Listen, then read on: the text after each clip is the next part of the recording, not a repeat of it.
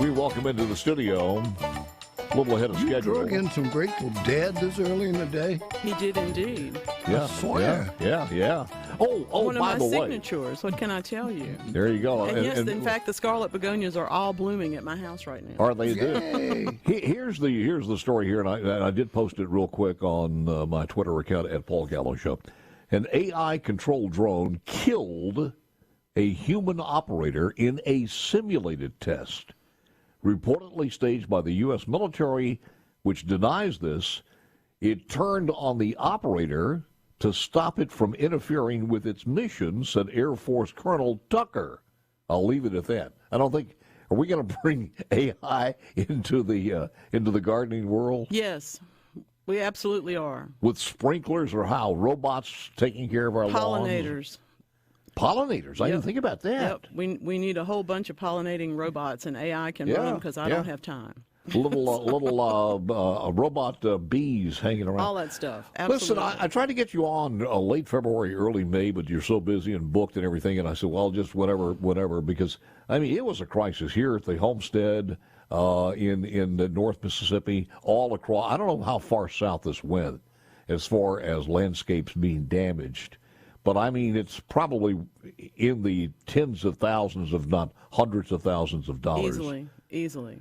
So what's the status on that? And I know you talk about it every Saturday, but I wanted to get a little preview of that. This was such an unusual patch of cold and hot and cold and freezing and then again hot that the plants really that suffered are the ones that can't take the slingshot. I used to call it a roller coaster. Now I think it's either a bungee cord or a slingshot because you literally go from 75 degrees to 20. There are a lot of plants that can't take that. A lot of things just got burned on top, though. So they're coming back out. We're just going to have some slightly shorter shrubs and stuff, I think, for the next few years. Some things are going to have to be replaced, but not everything. Oh, yeah, we had to in the backyard. We had some 10 to 14-foot gardenias that were absolutely beautiful, and in the spring they were just overburdened with those flowers, and they didn't make it. They had to be all torn down and replaced. Mm-hmm. But my gardenia decided to leaf out after everything fell off and it looked dead. It leafed out only at the top. So my dilemma is, now what? Well, I mean, that's a very good point. I mean, if somebody's got some gardenias, do they keep holding on? I'm trying to hold on. What I'm advising folks to do is if you're seeing some growth, cut off everything that's dead. You do the little scratch test and it's not green under the bark of the stem. You cut that one off. And then at that point, give it all a little, but whatever's left, you give it some fertilizer, always with the caveat that this is your plant. And you can dig it up, and you can keep it. Whichever is your choice, you can do. So, I have a client just now that has just cut everything down. She said she was sick of waiting. Ooh, yeah. So we're going to see what happens. the Clearia japonicas, some of the Indian hawthorns. Some of those things suffered, and they don't look good, but they did come back out. Mm-hmm. There's a and lot some had already outlived their life expectancy, so when they come back, it's going to be slow. That's it. But let me ask you this, though.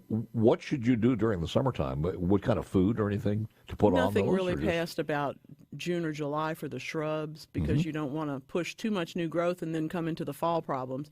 But I think our biggest issue this year, and something that I'm pushing and pressing about, is we don't know when it's going to be rainy, and we really can't depend on that for these damaged shrubs, so we're going to have to water. One of the other things, too, is it's probably going to be kind of a marquee year for what other people are going to stock in some of the landscape places that didn't make it because they'll fall out of favor. Is barberry going to be one of them? Because those things, I had almost all of mine die. It's hard to tell because some of the nurseries were affected too. Not like a local that would be buying in, but I mean some of the wholesale growers, and some of them have suffered tremendously as well. So it's just a matter of looking and seeing.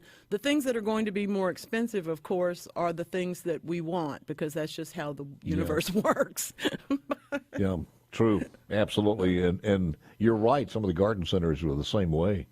They suffered some great losses. Yeah, everybody took a hit. Is it a possibility is that we haven't had a freeze in a long time, a consistent freeze in a long time, They just weren't tough. Well, I think we've had temperatures that were as cold, maybe for not as long in terms of the number of freezing hours. But I also think it's the rebound to the higher temperatures that caused a lot of things. You know, the cells may have been able to tighten up and get into that frozen state, but when the next day it's 75 degrees, they just bust open. So that's the other thing, of course, that we're looking for now is the splits down at the base of the shrub. And that's what we see in the summer after a really hard winter anyway. The ones that just kind of blew up and they were able to come back. They were able to bloom oftentimes. But you'll see that azalea, for example, this is in any given year. All of a sudden in the middle of the summer, it looks like something hit it. And it didn't, so you go and look down at the base, and at the base there'll be a little crack in that wood, and that's a fatal flaw. That adds another question to it. If you're saying, okay, this one's coming back, and I want to replant it, but it's going to be weak all the way through the summertime and going into the fall, it still looks raggedy, but it's got enough life into it that I'm going to try to save it. Another winter, it's going to die out, so you're losing a year of growth. Well, it may not. So you don't know what next winter will bring or not bring. Yeah, true. And this is a test of the gardener's patience. But I got to tell you, the front yard is different from the backyard. Okay, the neighbors are going to talk about you anyway.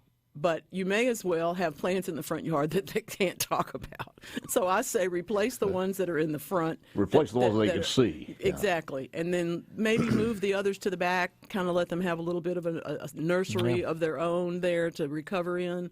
Or, as I'm not going to say I have never done this, I have been known to take an old flower pot and an old plant, stick them together and put them out in front of my house. Somebody always picks it up and takes it off.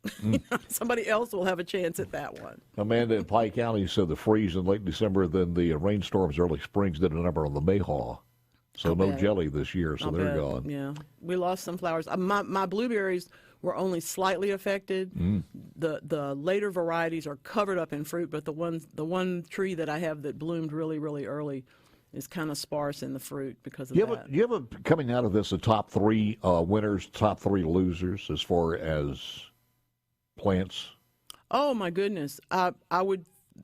It's difficult. The marginal plants are difficult. The palms have been hit, and in some cases even windmill palm in, for example, northern Madison County has, in some cases, because they're more exposed where they're planted, they've been just wiped out in terms of their leafage. Now, they'll come back, but it's, again, where you're going to have to really slow things down and appreciate that. You mentioned the clayeras. Clayeras all look like somebody killed them, and frankly, they're a fine shrub, but we don't grow that many of them, so I don't think they'll be easy to replace. So that's a couple of them that I don't think did so well. What did really, really well were the perennials that were actually in a dormant position. I grow some phlox and some autumn joy sedum and things like that just have absolutely come back up and been just more and more stems and more beautiful. And I think it's because they actually got some cold. I understand from other people that peonies are just beautiful because they finally got some cold weather that they needed. But and most of the hollies also weathered that. They're pretty tough. Yeah, and hedges. Everything like that was pretty good. My ligustrum that would be ordinarily a hedge, the glossy leaf privet, the top of it died. So I now have it was a tree form, and now it's not tree form anymore because the top died. Nellie, did it take out any fruit trees? Yeah, sure. We've had a lot of reports from people of their figs. I have one fig that made it, and my other fig had literally died to the ground and is now sending out one branch at ground level. What was the? So I'm going to have to propagate that. What was the line? How far south did this go as far as damage is concerned? I think the worst that I've heard from has been north of Macomb. But that does not to say that there's not pockets, where people have had more damage than maybe I've heard about. I wish we had more time here. I just got to ask you, how long have you been doing this? Which thing? This thing here on the air. We know that you've been doing the other thing longer than I have. I've been at SuperTalk since 2000. Is that right? 23 years. That's amazing. And I'll go ahead and say this.